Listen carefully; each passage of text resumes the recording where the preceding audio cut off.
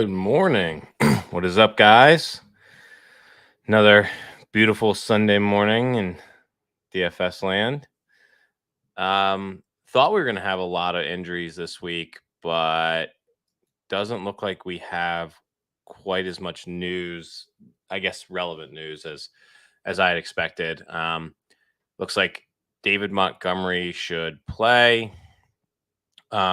Amon-Ra St. Brown, it looks like he should play, but I think there's a little bit of a question there. Tyreek and Waddle are both expected to play. Alvin Kamara looks good to go. CeeDee Lamb looks good to go. Zay Jones is supposed to play. We'll talk a little bit about that. I think that's a lot more important than people give it credit for. Sounds like Russell Gage should be good to go. Think he will probably be somewhat limited, though. He's been dealing with the same injury for like 7 or 8 weeks now. Rondale, good to go. Josh Reynolds, good to go. T. Higgins, good to go. Hunter Renfrow, good to go. And then Brian Robinson's going to play. Don't think he's going to play all that much. Not a guy you can really consider, but he does make the other Washington running backs essentially unplayable until we figure out how that split's going to be. And then Logan Thomas, who I thought was a pretty strong play, is game time decision, maybe limited there. Okay. So I think the most important thing to talk about on this slate is sort of a carryover from last week where had a lot of people asking me, how did Rashad Penny end up being, if you played a $500 single entry with 200 people or whatever on DraftKings, he was like 30% owned, something like that. How did Rashad Penny end up being that highly owned? And the reason was that Detroit game, being in a dome, ended up being by far the highest owned game on the slate. Once the weather conditions became an issue, a lot of guys moved more exposure to that game and exposure to that Falcons-Browns game. And that just caused Penny to sort of organically come in at higher ownership than he would have originally come in at. And so that happens week to week. This week, it's Tom Brady is your late ownership riser. I think early in the week, everyone was saying they're going to play Allen, they're going to play Hurts, but Brady's their favorite pay down or whatever. I think Brady will be the highest owned quarterback on the slate. Not sure it's going to be particularly close. I think that the Brady-Godwin pairing will be the highest owned pairing on DraftKings. Godwin will be the highest owned wide receiver on the slate. Brady will be the highest owned quarterback on the slate. So you have to think about that when you are building on Sunday morning. You build on Thursday, Friday night. You think you have this great tournament team. Brady's going to be less owned than Allen and Hurts, but that's not the case. So I think you want to just look at those ownership projections as close to Sunday as possible, because things really do move and the industry is getting smarter and smarter. So ownership is going to move more over the weekend than it did, 5-6 years ago. 5 or 6 years ago, you'd have a guy like Penny last slate who would still, he'd have been projected at 3%. He'd ended up at 6% if everyone was talking about him. So did have someone mention one player I wanted to talk about was James Robinson. Trevor Lawrence has really risen in ownership and in projections. People seem to like him. It is obviously a good matchup against Houston. They stink. But I really like James Robinson as a tournament play. He's the one running back that people just don't seem to ever want to play or adjust his projections. And I get it. He's had a lot of boomer bust type runs. But I think when you get a guy who's going to get 15 plus carries and has showed the ability to run, for 50-yard touchdown runs against the Texans, I think he's a pretty good tournament play. But the reason I wanted to talk about Zay Jones, so Christian Kirk last week, the reason that we really got burned is that with Zay Jones off the field, Christian Kirk kicked to the outside, and then Jamal Agnew played in the slot, and Jamal Agnew cooked in the slot. Just seems to be an important role in this offense with Zay Jones back. Christian Kirk will move back to the slot and will go back to that role that we were hammering the first few weeks of the season. So I think Christian Kirk is another guy that is really not going to be as highly owned as he should be. I think Evans will be much more popular in that range because people are going to be playing Brady a ton. So I really like the mini stack of Kirk and Brandon Cooks. Those are the two mid-range wide receivers that I think are going to come in a lot less owned than Drake London, Chris Godwin, Chris Olave, Tyler Lockett. Those guys will be the chalk on DraftKings. So I think on DraftKings, if you are playing cash games, I think Jeff Wilson and Leonard Fournette will be the two highest owned running backs in DraftKings cash games.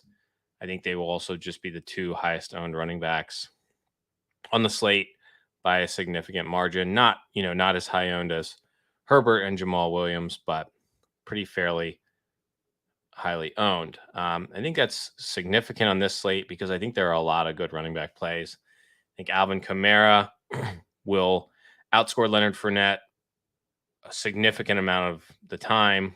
I think this is a sort of the best situation that Kamara has had all year this week, and his price has really come down. He has Dalton, who I think will check down more, and they play Seattle. So I think that's a pretty good spot for him. The other guys I like, Damien Harris, Raheem Mostert, Breece Hall, Damien Pierce. There's some coach speak on Damien Pierce that they want to take him off the field less often on, third downs. And we saw that last week. He got a bunch of targets, played a lot more of the, second and long, third and long type snaps. Didn't do a whole lot with it, but he still looked fantastic on the ground. And I think we will see his role just sort of expand. One of these weeks, he's going to, be the full blown bell cow, and that will be something you don't want to miss. So like him, Eckler, Dalvin Cook, guys to pay up for, Derrick Henry as well. Not going to be all that owned because people are going to be hammering these mid to high wide receivers. So just guys to consider. So someone had just asked about the ownership changes. Don't think we're going to see big changes this weekend, at least in terms of like the Rashad Penny and whatnot. Haven't looked at the fantasy points ownerships this morning. Just sort of looking at some aggregates across the industry. And I do think Brady has been the guy that has really changed. But I know Darren will be editing them this morning, so I would check back a little later before you finalize anything to give him the opportunity to go through injuries and whatnot as we get some news that comes in. So, and another thing I had talked about last weekend that you want to consider are the running backs who are essentially leverage off of chalky quarterbacks. So like Miles Sanders was a guy that I thought was a great play last week because Jalen Hurts was really popular. Ended up being a pretty good play, mostly because of weather, I think. But I do think Miles Sanders' role has just kind of changed. And that hurts Jalen Hurts because every time he rushes for a touchdown, that is a major ding on Hurts. We are also still waiting on news for Boston Scott. I think Boston Scott being in is a bigger ding for Miles Sanders than you think. Miles Sanders is fairly expensive this week, but I think he's kind of priced appropriately for the role that he has right now. And I don't think people are going to play him just because people refuse to accept that his role has changed. So I think, you're looking at a guy who has the ceiling for 27 carries when Boston Scott is out. He's probably more in like the 15 to 20 range when Boston Scott is in. So, gives him a ceiling for an extra, 5 to 10 carries because they definitely don't trust Trey Sermon. And then Rashad Penny, again, if Kenneth Walker is out, will increase his role by quite a bit. Granted, it's not a great matchup, but I think the opportunities are pretty substantial. So the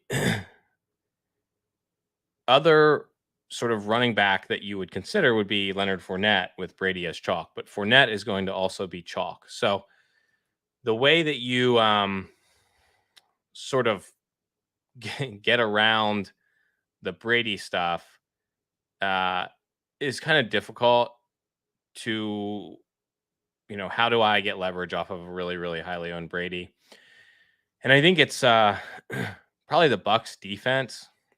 I think the way that this game really goes south is that the Bucs, score a defensive touchdown, and then all the Bucs just sort of come in middle of the road. So I think Bucs are great plays. I will have Bucs ownership, obviously. I think Cade Otten is one of the better punt tight ends.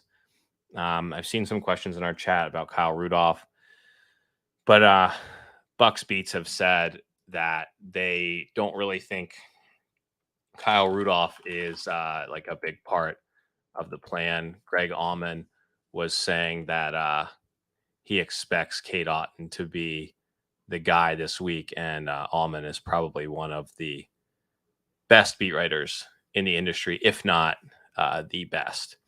And so he expects Cade Otten to get the most reps.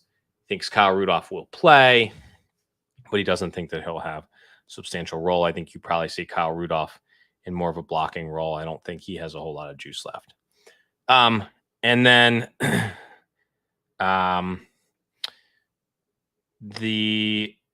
probably the chalk tight end, Tyler Higby, is pretty mispriced, continues to have a really substantial role in this offense.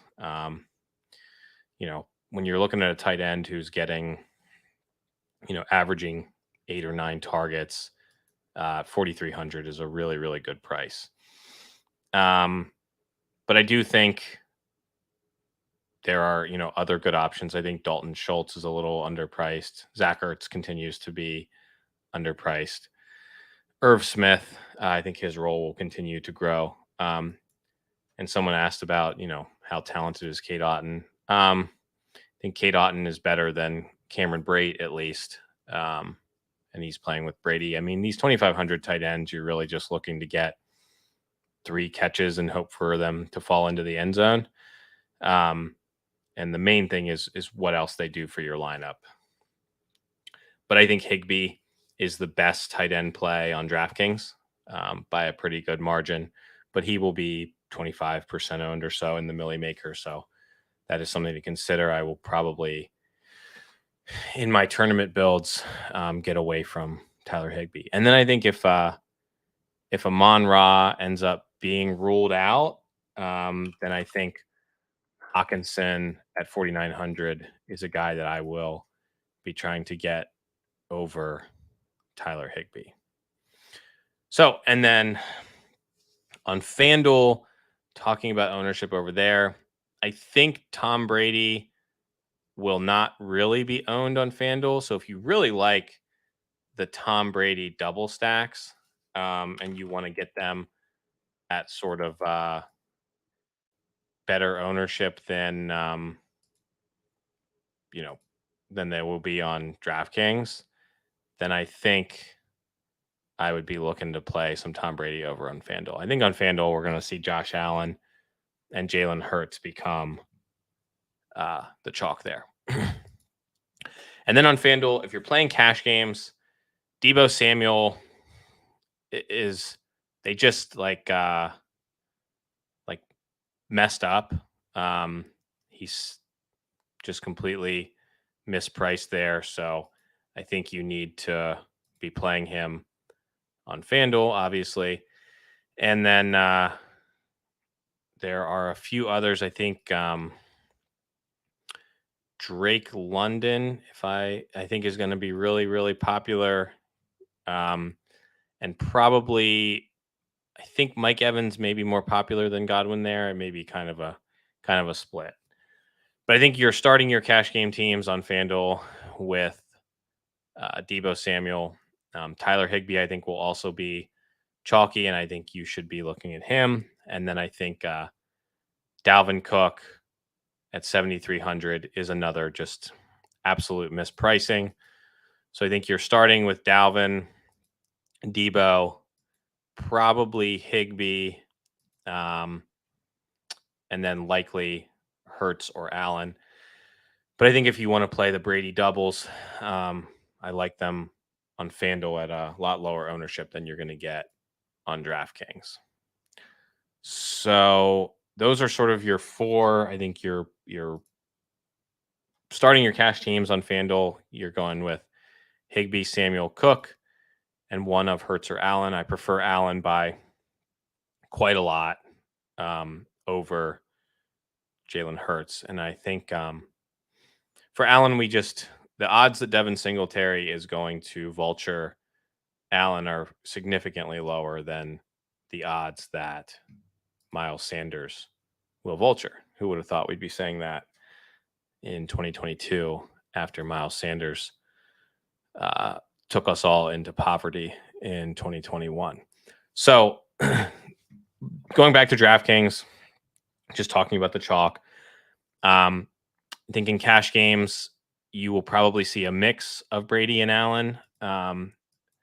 I think you will see people will be starting their lineups with Wilson and Fournette at running back, and they will likely be starting with Chris Godwin at wide receiver and one of probably Olave or Tyler Lockett. I think I prefer Tyler Lockett just because I know that the volume will be there. I know that Gino likes to throw to him. And then Olave, he went 4 for 67 and 1 with Dalton. But those, big target games were coming with Jameis. So I think that's something that I, give a little credence to there.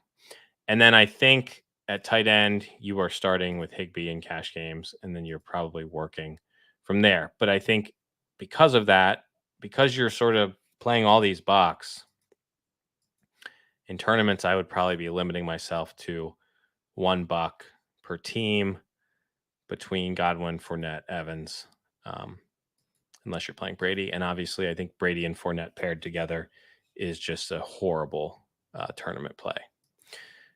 Defense on DraftKings, Dallas defense, clear, easiest top play. Probably a not great tournament play. They are on the road. It is still Cooper Rush. They are playing really, really well. But I think LA is a team that has a chance to bounce back, although Stafford has been pretty terrible so far. So that's obviously why they're the top defensive play in cash games. They will be overowned in tournaments because they're really the only team that sticks out. I think they'll probably be 20+% owned. Not sure any other defense cracks 10%. I do like San Francisco paired with Jeff Wilson in tournaments. I think Jeff Wilson just sort of by himself is a pretty questionable tournament play because he is very dependent on touchdowns as a DraftKings play. So I think in single entry, smaller field, he's the guy that I'm probably pivoting off. You're looking at Damien Harris, Raheem Mostert, Breece Hall, Ramondre Stevenson, lots of guys in that range that you can move to. Also want to talk about Tyler Algiere a little bit.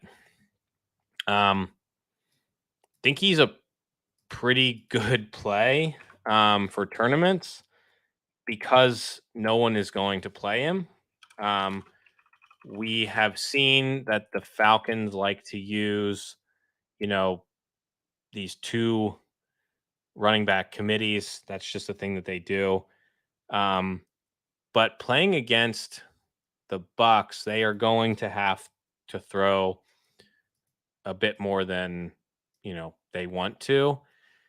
And I think Algiere is a much better, um, receiving back than Caleb Huntley. I also don't think Caleb Huntley will play quite as much as people give him credit for. Maybe he is the goal line back, but he only played 12 snaps last week. He just happened to get a touch on like all of those snaps. And that was that, run the ball a million times in a row. But we saw that, Tyler Algiere doubled him in snaps. So I think the market is a little low on Tyler Algiere. Like him with my Brady doubles because he is the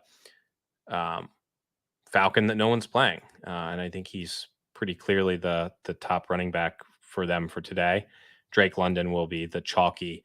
Yeah, I mean, if you build, Brady, Godwin, Otten, Drake London, I mean, you're at like 100% ownership combined for those four guys, or 80 to 100%, which is pretty tough, especially for like a Millie Maker team where I'm looking to have less than 150% combined ownership on my whole team.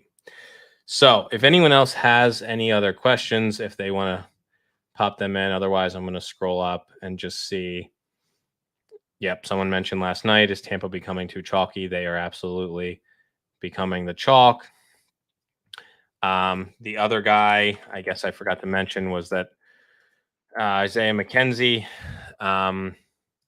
So him being out would mean that Khalil Shakir likely becomes that third wide receiver.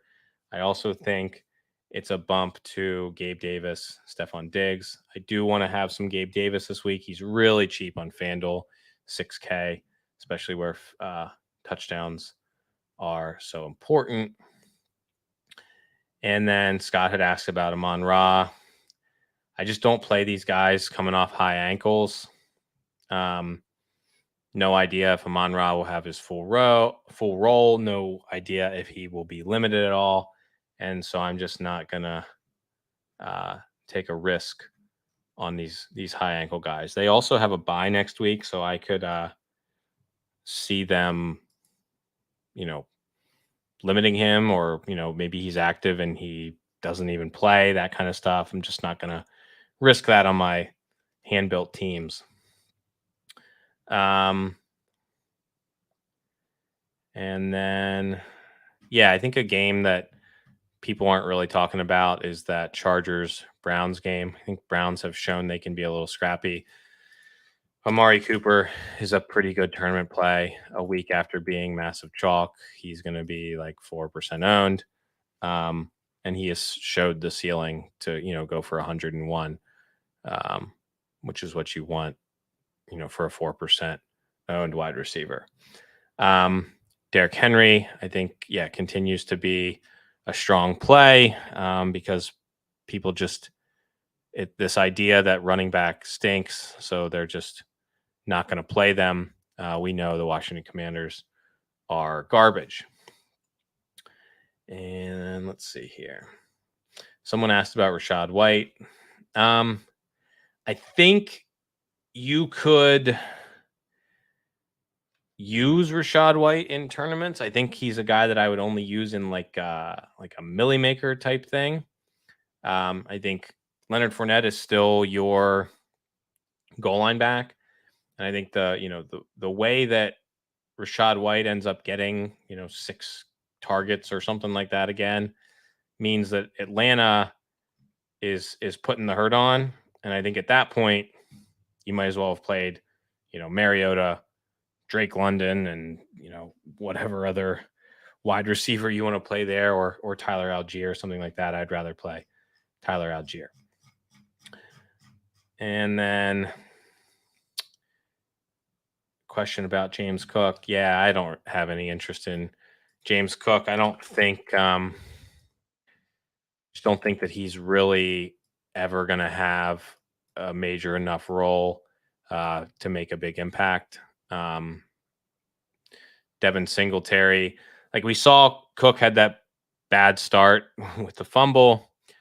They increased his role against the Titans, slightly less against the Dolphins, and then he just didn't exist against the Ravens. So I think when the games matter, we're mostly going to see Devin Singletary. And I just don't think that I don't think you really have the ceiling with James Cook that you're hoping for.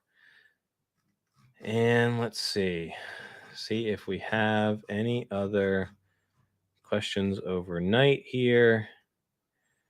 People asked about Ramondre Stevenson. I think Ramondre and Damien Harris are both pretty solid plays, pivoting off of that high ownership on Fournette and Wilson. It's always going to be tough to figure out which of Stevenson or Damien is, gets that goal line rushing touchdown. But I do think the Patriots will be able to run the ball against the Lions.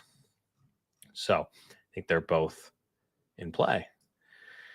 And then again, just to reiterate it, because I know that I get a lot of questions about this even after I answer the questions on DraftKings. To start your cash game builds, you are likely starting with Jeff Wilson and Leonard Fournette. You are likely starting with Chris Godwin and one of Tyler Lockett or Chris Olave. You are playing, most likely, you would be wanting to play Tyler Higby at tight end. And you should be playing, not just you should be, you need to be playing Dallas defense in cash games on DraftKings. There is no other play for cash games on DraftKings. It is just the Dallas defense. And then on FanDuel, you are starting your build with Dalvin Cook, Deebo Samuel. I don't think you have to play Tyler Higby on FanDuel, but I think he's the best play there too. So those are sort of your three main misprices. I think Drake London is fairly mispriced there as well. I think he will be pretty popular. And I also think it's fairly easy to fit Cooper Kupp on FanDuel. So I think you are mostly going to see people with something like Deebo Samuel, Drake London, and Cooper Kupp at wide receiver. So that's just something to consider for tournaments too on FanDuel, that Kupp and Higby are going to be so highly owned, and the Rams kind of stink. So, okay. All right, guys. Again, I'll be in Discord for the next hour or so answering questions that I didn't get to on here. So send them my way, and I will take care of them. Peace, guys.